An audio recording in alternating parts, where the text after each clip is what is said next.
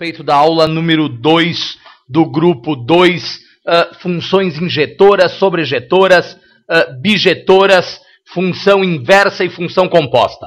Dá uma olhada no seguinte, pessoal.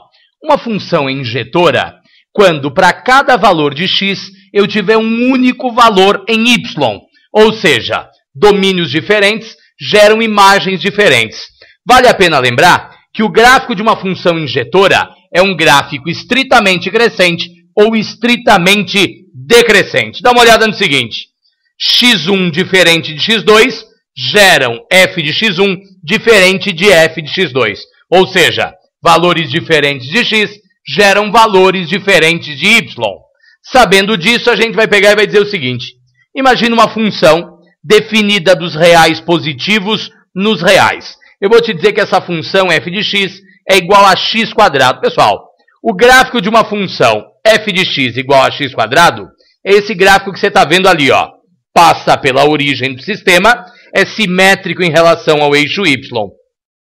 Agora, me diga uma coisa, qual é o domínio? Quem é que lança flechas? Professor, o domínio é o conjunto dos reais. Então, tem coisa demais nesse gráfico. Eu tenho que tirar fora daqui, ó, aquela parte atrás do y, né, que é negativa, e aí o gráfico fica desse jeito. Me responda uma coisa, esse gráfico não é um gráfico estritamente crescente. Cresce o tempo todo. Cada valor de x não vai me dar um único valor de y aqui. Vai. Quer dizer que esse gráfico é o gráfico de uma função o quê? De uma função injetora. Em seguida, eu preciso te falar a respeito de uma função sobrejetora. Dá uma olhada no seguinte. O contradomínio tem que ser igual à imagem da função.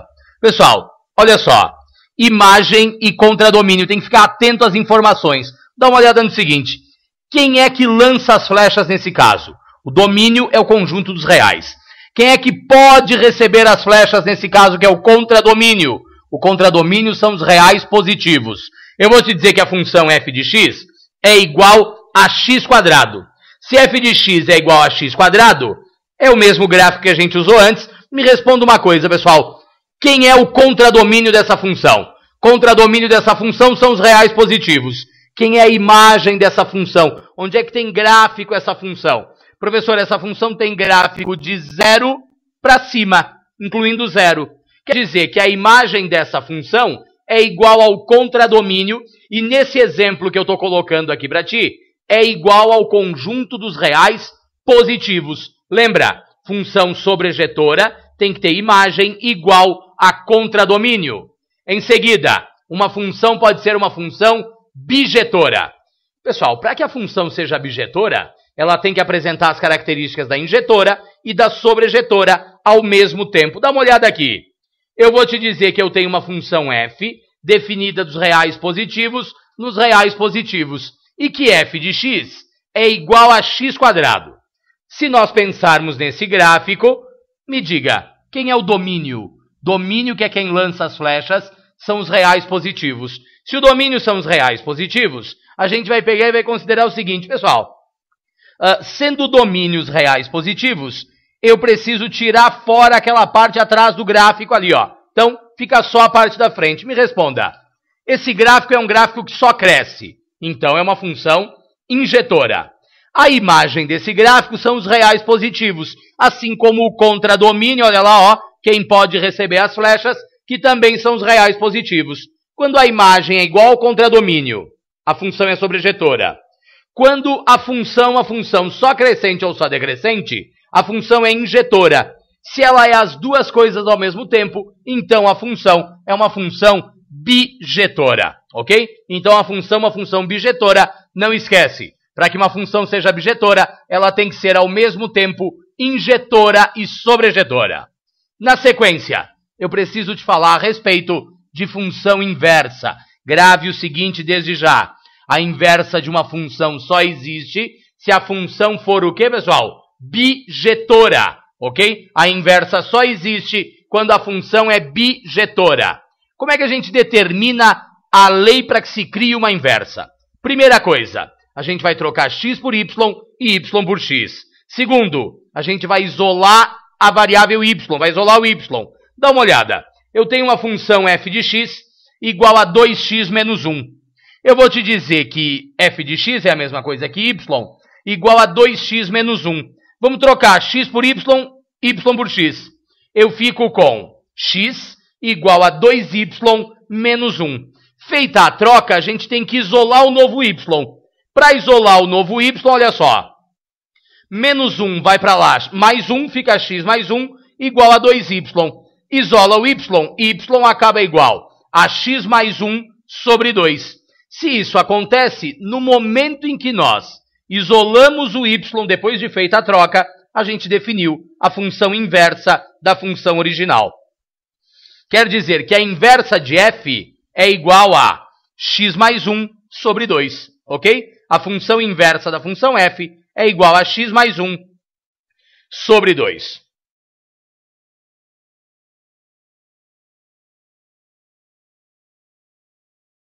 Dá uma olhada no seguinte. Como é que se representa graficamente uma função e a inversa? Pessoal, primeira coisa, lembre da bissetriz dos quadrantes ímpares. Tá lá, ó. Y igual a x, está destacado ali. Bissetriz dos quadrantes ímpares, y igual a x. Se nós sabemos a respeito da bissetriz dos quadrantes ímpares, você deve lembrar do seguinte. A bissetriz dos quadrantes ímpares funciona como se fosse um espelho para a função original e para a inversa da função. Então, dá uma olhada no primeiro caso aqui, ó, duas funções do primeiro grau, uma função y igual a x menos 2 e a inversa dela, que é y igual a x mais 2.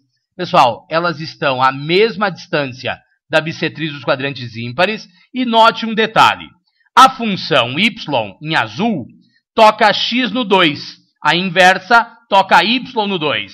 A função original toca y no menos 2, a inversa toca o quê? Toca x no menos 2, né? Então, a gente fez a inversão aqui. O que era x virou y, o que era y virou x.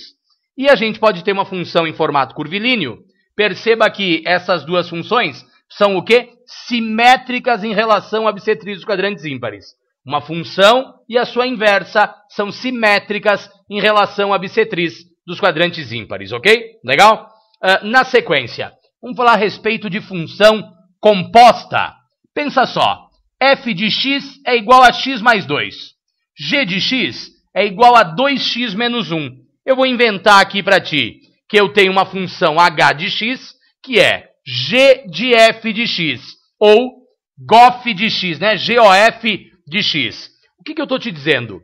Eu estou te dizendo que no lugar do x da função g, eu vou colocar a função f. Olha bem, no lugar do x da função g, a gente vai colocar a função f. Se nós fizermos isso, g de f de x será 2 vezes f de x menos 1. Substituindo, 2 que multiplica. F de x é x mais 2, logo 2 vezes x mais 2 menos 1. Ou seja, 2x mais 4 menos 1 quer dizer que h de x é igual a 2x mais 3. A gente acabou de criar a função o quê? Acabou de criar uma função composta. Pessoal, não tem muito mistério aqui não. Substitui uma função no lugar do x da outra. Essa é a ideia geral que a gente tem. E eu preciso te mostrar um detalhe importante que é o seguinte. A composta de uma função com a sua inversa é a função identidade, ou x. Olha só. F da f inversa de x, ou f inversa de f de x, é sempre igual ao quê, pessoal? Sempre igual a x. Dá uma olhada aqui, ó. Admita que eu tenho y igual a x menos 2. E que a inversa disso é y igual a x mais 2. Eu vou pegar e vou te dizer o seguinte. F da f inversa é a mesma coisa que x. F inversa da f, também substituindo, você pode verificar, é a mesma coisa que x. Isso é uma propriedade, eventualmente aparece em algum item lá, ela deve ser levada em consideração. Legal? Ok? Grande abraço, até mais!